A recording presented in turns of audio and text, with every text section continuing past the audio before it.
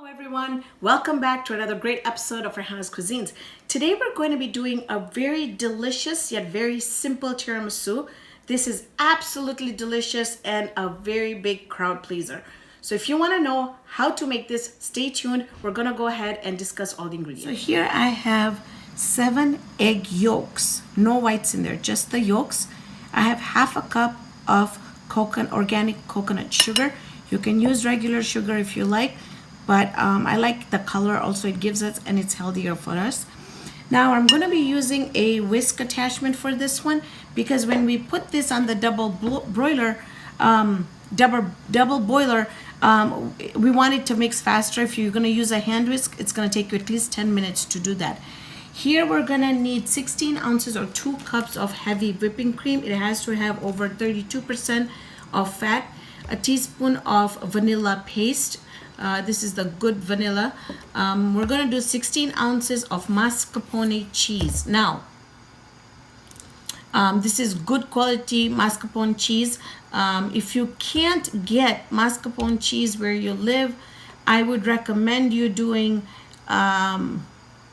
ricotta cheese, but beat it really to the point where it's really nice and smooth and not gritty. I would not recommend using cream cheese at all. Here I have 1 cup of water mixed in with 2 tablespoons of instant coffee. Now I'm using instant coffee because that's what I have on hand. If you're gonna feed this to the children, you can also make it with decaf coffee if you like. We're gonna be using lady fingers or long fingers. I'll tell you exactly how much I used, and the description below the video you will see a full recipe of everything that you're gonna need and all the amounts. Here I have a pot simmering of water, and what we're gonna do is we're gonna be putting this on top of it, and then we're going to be whisking it until it turns a really nice pale yellow. So you see here that I'm just beating the egg and the sugar, and I want this mixture to be really nice and thick. So I'm gonna keep on doing this, and I'll let you know exactly how long it took with my hand mixer. So I just wanted you to see the consistency of this. This has only been going on for 5 minutes. Look at the consistency. It's just like cake batter. It's perfect. Just make sure and take your spatula and wipe off the sides, and now this mixture is ready. So we're gonna keep this mixture to cool down completely before we work with this. And also, we are also going to be wanting our coffee mixture to completely cool down. So by this time, when both of these things are cooling down, we are now going to take the mascarpone cheese and add it to the mascarpone cheese here. When I add your mascarpone cheese in here, we're gonna beat this until it's really smooth, and then we're gonna incorporate it to our egg and sugar mixture. I am, by the way, using a 9 by 13 inch glass pan. So I'm just gonna go ahead and mix this up. You can see here that I just mixed it enough to kind of just smooth it out. Don't overbeat it. That's gonna curdle your mascarpone cheese. Now we're gonna slowly be adding this into our mixture of the egg yolk and sugar, and we're gonna mix it very slowly because this has a lot of air also built in it, so we don't want to deflate it. You can see that I've just about started to really mix this, and my mixture is cooled down really well. You want to just be careful and not like beat this like this, because you're going to deflate it completely, and we need that air in there. So mix it in such a way that you're doing the cut, turn, cut, turn, cut, turn, that mixture. So I'm gonna finish completely mixing this up. I'll show you what it looks like then.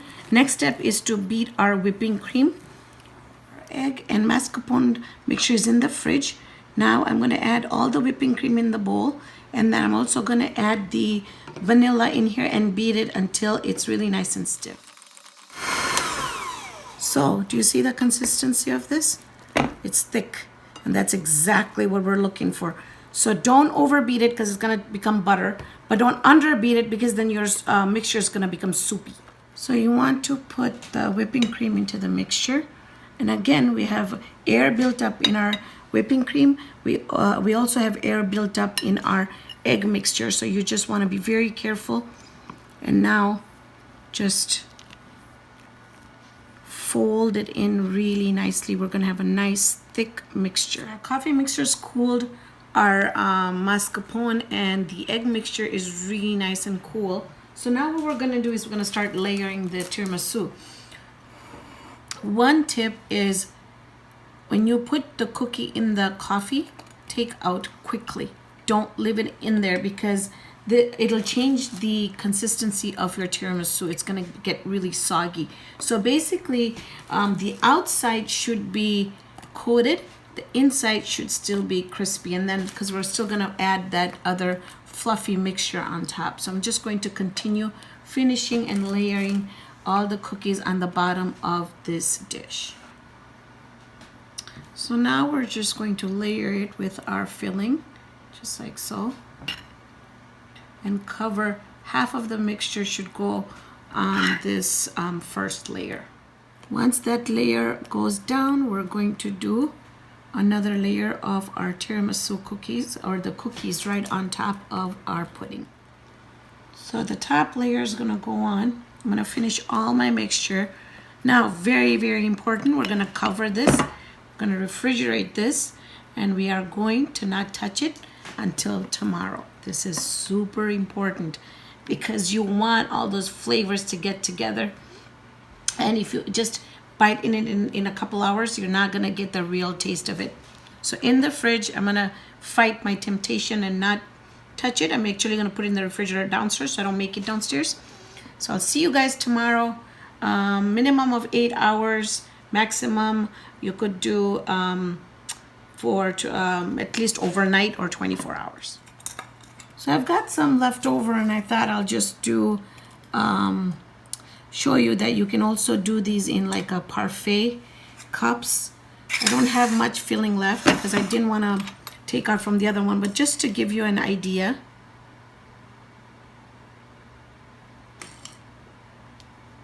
And then just gonna keep on layering this. Okay, so the second layer of cookies went in.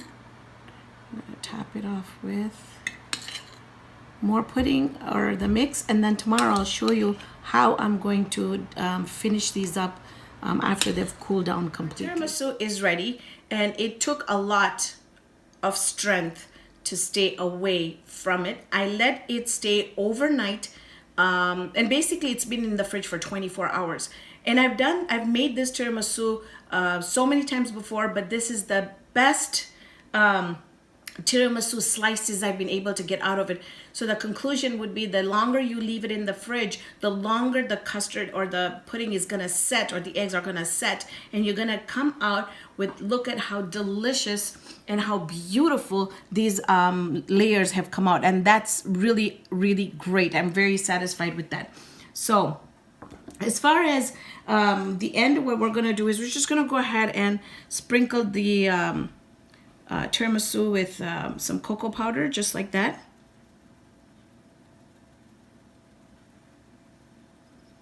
Okay, we're gonna cover the whole thing. I'm not gonna do the whole thing, but just gives you an idea. And then if you wanna go ahead and make shooters, you can, and they look something like this. You can use whatever cup you like. I was also very happy with the way that turned out as well. And these are just some coffee, chocolate covered coffee espresso beans. And I put that right on top of our piece here. So now let's go ahead and dig in so I can let you know what this tastes like. Okay, look at that. The lady fingers are super moist, but they haven't soaked in. They're not soaked completely with the coffee. That is what I like. So that's why, remember I told you that we're just gonna dip it in and take it out? That's the reason.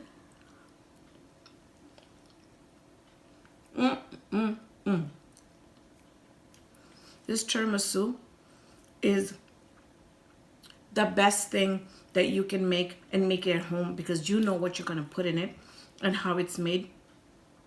And it is so delicious. It's such a delicate dessert, but yet it has such strong flavors, and I absolutely love it. So if you make this dessert, please make sure to give me a thumbs up. If you like this video, give me a thumbs up, share it with all your friends, and if you haven't subscribed, so please do so, because a lot more videos are coming.